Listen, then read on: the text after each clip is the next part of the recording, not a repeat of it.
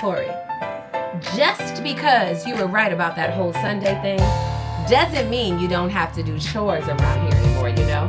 What? Clean up your room. It's time to get your stuff up off the floor. Clean up my room. Uh-huh. I don't Huh? want to. Girl, you have to though. Clean up your room.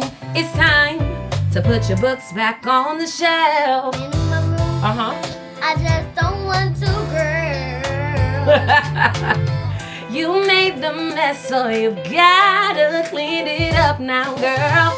Clean up your room, girl, you have to. It's time to clean up your room. What do you need to do? Clean up my room, but I don't want to Clean up your room. You made the mess, you pick it up, you put it back, okay? Clean up your room and get your jackets up off the floor. Clean up my room. Uh-huh. It's just so much jackets, it's literally like 100. You made the mess, so baby, you got to clean it up. Clean up your room. Clean up your room. Girl, you have to. It's time to clean up your room. Clean it up, Corey. Yeah, clean up your room.